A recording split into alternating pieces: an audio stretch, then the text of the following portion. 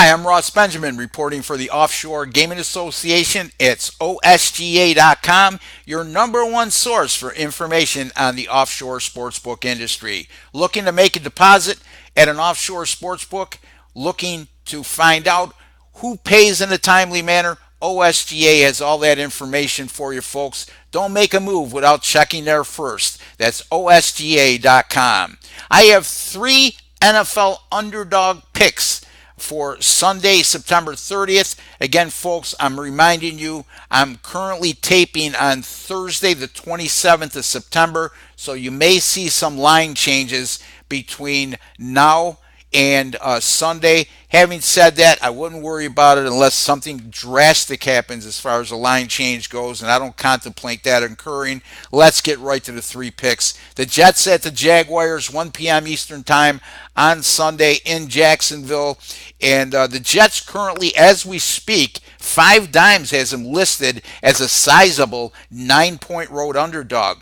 Now, this is a Jets team that's just gone 1-2 to start, but their two losses have come by a combined 12 points. Quite frankly, their one loss was their home opener against Miami, 28-20, and it's a game they really gave away. They outgained the Dolphins. They held them to less than 300 yards of total offense, but turnovers just absolutely killed them. Sam Darnold throwing one interception inside the red zone on a first down play, threw another interception that set Miami up on a short field. So again, that score may be misleading. And then last Thursday, a week ago Thursday, they go into Cleveland, they jump out to a 14-0 lead, everything going their way, and then lo and behold, Tyrod Taylor goes down with an injury.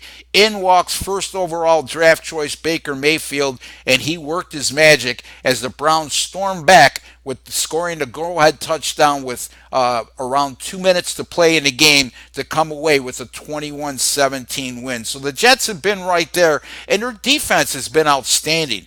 I mean, the Jets defense is allowing just 19 points a game and 306 yards of total offense per contest. So they're doing enough to keep the Jets in the game and also giving them the best opportunity to win behind rookie quarterback Sam Darnold. Now, the Jets have also faced the Jaguars 4 times since 2012, and they've won on each of those occasions. So revenge hasn't been something that's worked well for Jacksonville against the Jets. As a matter of fact, the most recent win by the Jets against the Jags came just last season when the Jets won 20-17 as a 4-point home underdog. Speaking of the Jaguars, they look like the best team in the AFC 2 weeks ago in a 31-20 win against New England, and then they follow that up with last week's flat performance at home against a banged-up Tennessee team. As a 10-point favorite at home, the Jags lose 9-6 and only accumulate 232 yards of total offense, and they'll be up against a stout Jets defense. I see this once again as being a challenge for Jacksonville to move the ball.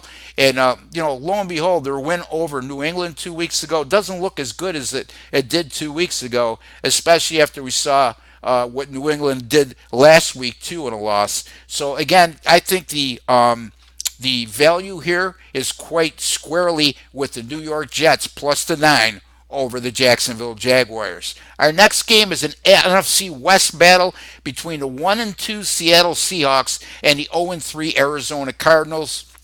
That game will kick off 4:05 p.m. Eastern Time in Phoenix, Arizona.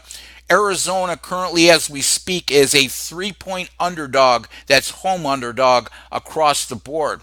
I've made a ton of money over the last decade betting on Arizona as a home underdog, folks. Again, I took them last week. As dismal as they looked, I took them as a 5.5-point home underdog against the Bears. They lost the game, but they stayed inside that number. They've now gone an incredible 16-2 against the spread as a home underdog of 6.5 points or less since 2011. They also won 14 of those 18 games straight up. Now, even tightening things up even more is the fact that if they were an underdog of 4 points or less and they were facing an opponent that's coming off a straight up win like Seattle has last week, getting their first win of the year at home against Dallas. They improved to 7-0 straight up in ATS as that home underdog of 4 or less in the same identical time frame that stretches back to December 4th of 2011 to be exact. Now Seattle, on the other hand, since 2010, they're 0-4 straight up in ATS as a road favorite of 4 points or less when facing a divisional opponent like they will be on Sunday. This is also a Seattle team. Yes, they're coming off their first win of the season last week against a listless Dallas Cowboys team. And this is also a Seattle team that began the season with 2 road losses at Denver and Chicago. And the offense from the Seattle Seahawks, it was well chronicled that this was going to be their deficiency going into the season. Their offensive line, they lost some people at the wide receiver position, and despite Russell Wilson being a top flight quarterback, the Seahawks in their first 3 games have only been able to amass 306 yards or less in each of those contests. I'm going to once again ride the storm here with Arizona as a home underdog. I'm going to take the Arizona Cardinals plus the 3 at home against Seattle. Finally, we're going to go with the Cleveland Browns and the Oakland Raiders game at the Oakland Alameda Coliseum, 4:05 p.m. Eastern Time. The Browns currently come in with a 1-1 record, while Oakland has lost each of their first 3 games of the year. This is a Browns team that, with a little bit of luck, let's put it this way, with a good field goal kicker in their first 2 games, should have won. I mean, you're looking at the game against Pittsburgh. They missed 2 field goals in overtime. That game ends up in a 21-21 tie, the last of which was on the last play of overtime, and it was a makeable one at 38 yards. And then the following week, they missed 2 extra points, and they missed 3 field goals and a 21-18 loss at New Orleans. They did bounce back last week. I already alluded to the fact that Cleveland stormed back from a 14-point deficit in a Thursday night game to knock off the Jets 21-17. I really like this Browns team. Again, you're looking at a team that should be 3-0. Also, the Browns, how about this, folks? Plus 9 turnover differential in their first 3 games. You compare that with the 0-3 Raiders, who are at a -4 turnover differential in their dismal start, and you have a lethal combination here for making a case for this underdog in this situation. This is also an Oakland team, 2-16 ATS and 4-14 straight up as a home favorite of 3.5 or less. And when the total is also 47 or less, this current total is 45.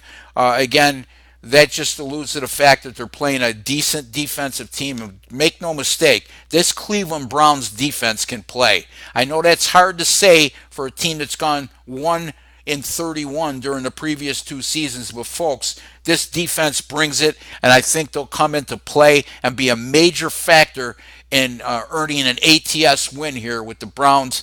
I like the Browns to win the game straight up, and I'm not going to be greedy, folks. I'm going to take the 3 points with the Cleveland Browns, plus 3 at Oakland. Once again, folks, the New York Jets, plus 9 at Jacksonville.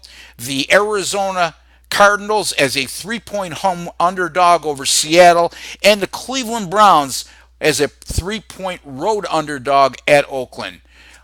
Once again, I'd like to wish each and every one of you all the best with all your picks, and until we meet the next time, God bless.